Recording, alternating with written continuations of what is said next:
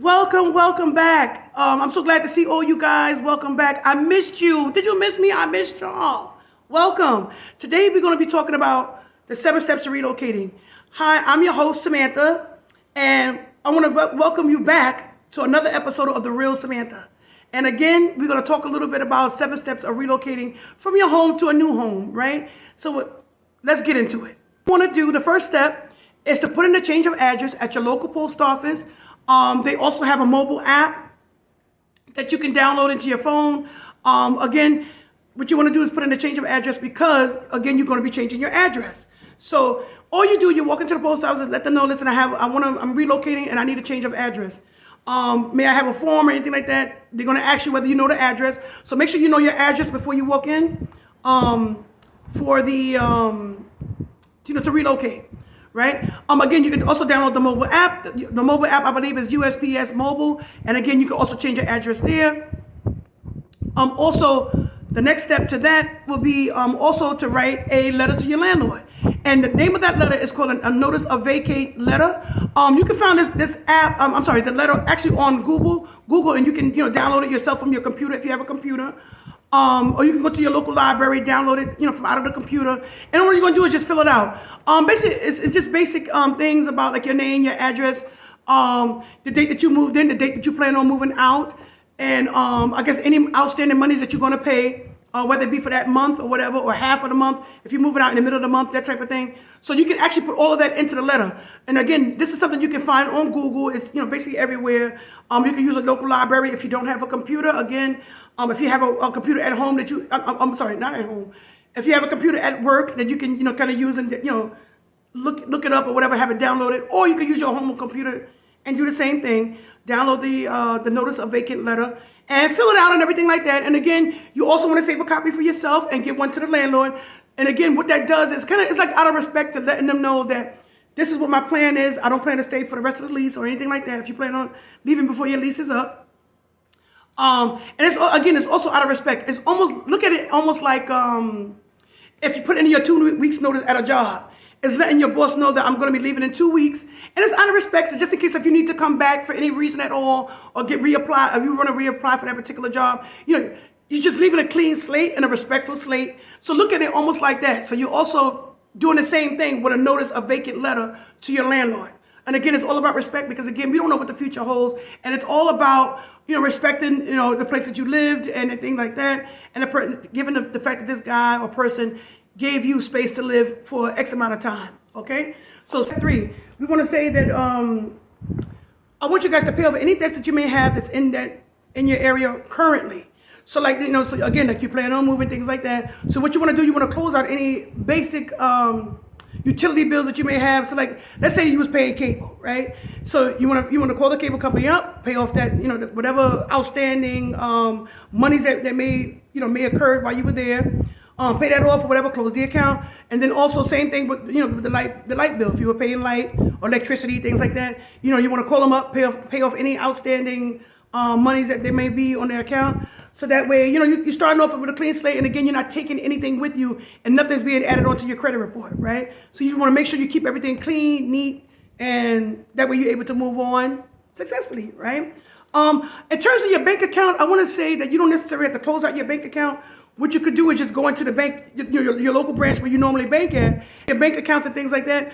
A lot of what I want you to research is basically if you're going to have the same bank in the area where you're going. You don't necessarily have to close out your local bank that you're currently banking at. First, what you want to do is research and see where you have the same bank in the area that you're going to. Okay, so what you want to do is let your bank know that, listen, I'm going to be relocating, in the next 2 or 3 months or something like that. Do you actually have a bank in that area? They'll let you know. You can also research it on Google. Everything is tech now, so you can also, research it over your phone in your palm of your hand. But if you don't feel comfortable doing that, you can also walk into the branch and, just talk to somebody, let them know that you're relocating and you want to know what to do in terms of your account. Okay, so then we're going to move on to step 4. Step 4 is that, it's just researching how you're going to get your things to the new place, right? Isn't it? That should be something that crosses your mind, I hope, So you want to figure out how you want to get your things to your new place. So what you could do, again, you could research any moving company, things like that. on Google. Again, I always recommend Google because again, it's fast, it's quick, in the palm of your hand if you have a phone or laptop or anywhere where you do your research. So you want to research a moving company.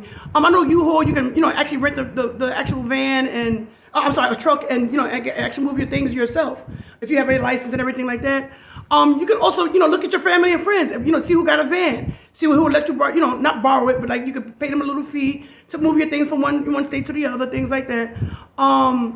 And again, you want to research and do price comparison. Compare one moving company to the next, and just see what fits your budget. See what who's willing to give you for the cheaper price in terms of like the fees and everything like that. I want to give you a tip about that. You need to know exactly the address to where you're going. I hope you already know that, hopefully. But if you don't, make sure you have your address and everything like that, because they're going to ask you that when you are actually researching for the company. Okay, so make sure you know the address to where you're going. Do your research, see what fits your budget, things like that, and actually book. Right, you want to get things into effect. You want to get things moving.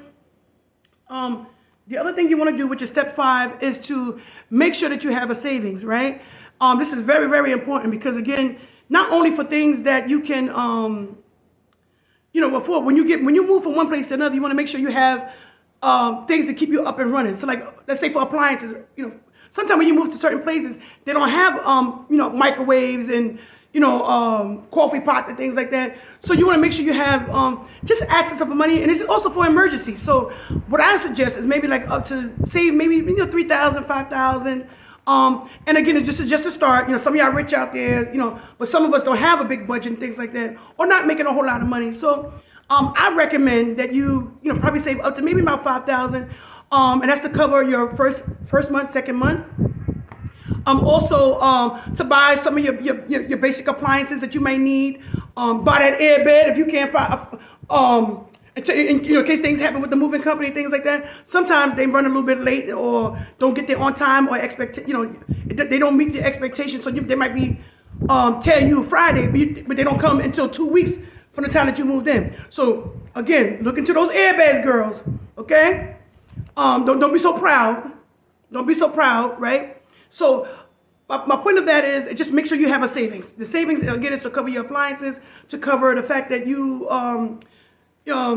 might need your first month's rent, your second month's rent to move in, or whether there's a mortgage, you might have, you want maybe 2 months, worth of mortgage or whatever. You want to have money that you're able to put into your account, maybe put 1,000 of that into your account. And again, it's just for emergency purposes, right? You want to make sure you fill your refrigerator up, make sure you have food, make sure, and if anybody out there have kids, you want to make sure you have your snacks and everything like that on deck, for the kids and things like that. Make sure that you're taken care of. Make sure you're able to buy maybe the basics. A bed, if you want to buy, again, food, groceries, resetting up your accounts and things like that. Sometimes, they want you to put money into your account before it gets set up. So, just make sure you have enough savings. Like I said, the basic or the lowest or max that I could come up with is like $5,000, right? So you want to make sure you have that put aside, for any emergency situations and things like that. And so we're going to move on to step 6, which is about finding a job in the area. You should have already started this process before moving, but if you haven't, don't worry, don't stress. In terms of like finding a job, you want to make sure your resume is up to date, right? You also want to talk to your boss. Sometimes not everybody gets along with their boss. I'm just putting it out there, but at the same time, let your boss know that you know what you're planning on doing, right? It's a good thing, and it can actually help you too. They can also offer you some programs. Some jobs have programs where they can recommend to you, in terms of moving companies and things like that. Some jobs will relocate you just for being an employee of the company. So if you are able to transfer your job from one state to the other, look into the some of your benefits. You know what I mean? Open up those books that you were given, those benefit books that you were given, and you never looked at. This is the time to look at those books and everything, and get the information you may need that might help you. It may save you some steps in terms of moving, getting help, and everything like that. So again, if you have that relationship with your boss, talk to them, let them know, or ask them what other benefits do the company offer that I can take advantage of. I'm planning on moving in X amount of days or months or weeks or anything like that. See what they say. That's just another tip that you can kind of look into, that kind of thing.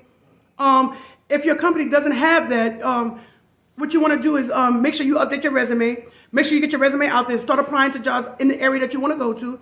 You might get callbacks and things like that. Just give yourself enough time to get to the place that you want to move to, right? So you don't want to really so much jump the gun, but you want to prepare for when you get there. So what you want to do is like kind of put your resume out there, whatever. You get the callbacks, right?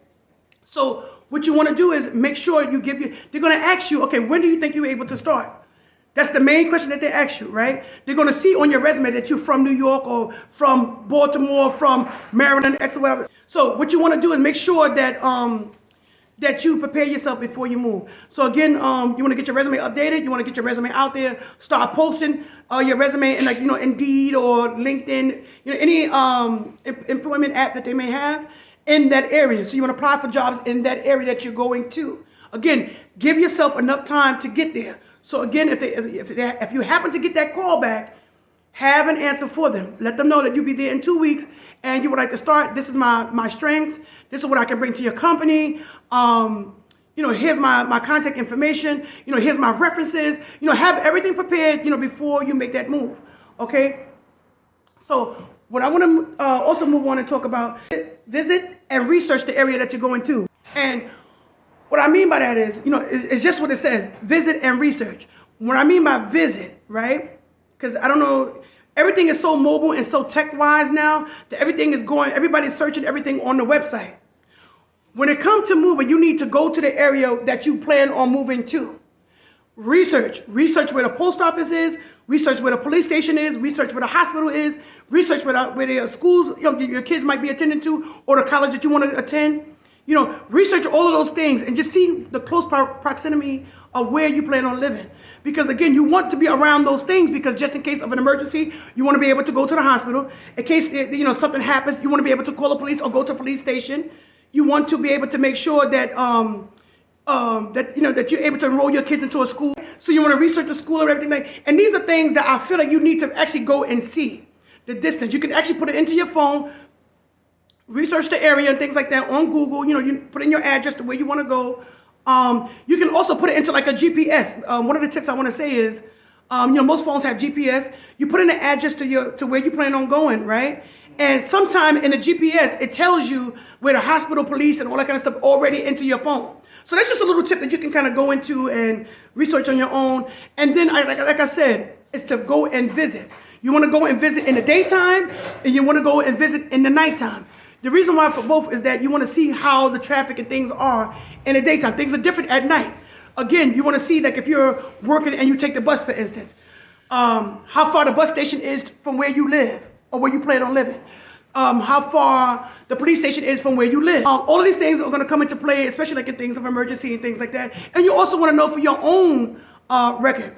It's also good to write those addresses down into a book. And again, you want to do it so you have something tangible to go to in case of an emergency, right? Because think about it, if you go into a new area, you might not know the nearest address or the nearest post office, anything like that. But again, if you have it written down, you can put it into your GPS at any time and go there, right? So another thing is also you want to make sure that in terms of the visiting, you also want to make sure that you know where the banks are, the local bank. Also with restaurants, things of leisure, if you want to know where the local park is, the swimming pool and things like that, just places where to go for fun, I want to say. So that's another thing that you can also kind of research is just making sure that the area, what's the closest proximity to the parks and things like that, okay? So, but also you want to look at home insurance. Home insurance or renter's insurance is also a good thing to have because, you want to make sure if anything happens, that you are covered, right? So even though there's an extra fee and things like that from month to month, is a good thing to have because, again, you want to make sure you cover yourself for any emergencies or anything like that. Some states or some regions have a lot of hurricanes that happen, have a lot of, bad weather and things. What can happen. So, again, you want to make sure you cover yourself up and research home insurance, renter's insurance, and again, do your price comparisons. See what fits your budget and things like that.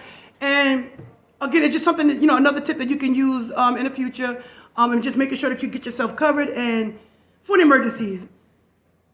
So that's pretty much it, you guys. I just want to keep you guys safe out there. Also, what I almost forgot, sorry, step 8 is also, look up at your car insurance. So like if you're paying, if you have a car, and some states that you go, it might be cheaper insurance, right? So if you haven't thought about that, I just kind of want to put that out there as well, to make sure that you are looking up car insurances. If you're going to be changing, car insurance, something like that, and you want to change again if it's going to save you $1 and still get the same benefits in terms of full coverage and things like that. So also do some research on that as well. That's good to know, and good to kind of take some time out, once you get settled, to kind of look into car insurance and things like that. So that's all I have for this video.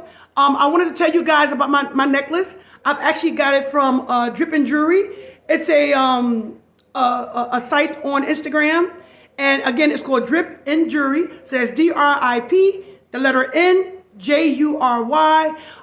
You can also get my necklace on the site. You can use my discount, and it's called SAM50, and it'll also give you free shipping. So hey, look good, do your moving. You know what I'm saying? Ain't nothing wrong with looking glam, everybody. Look glam. You know what I mean? Get this necklace, Drip and Jewelry. Use my code SAM50, and again, it's free shipping.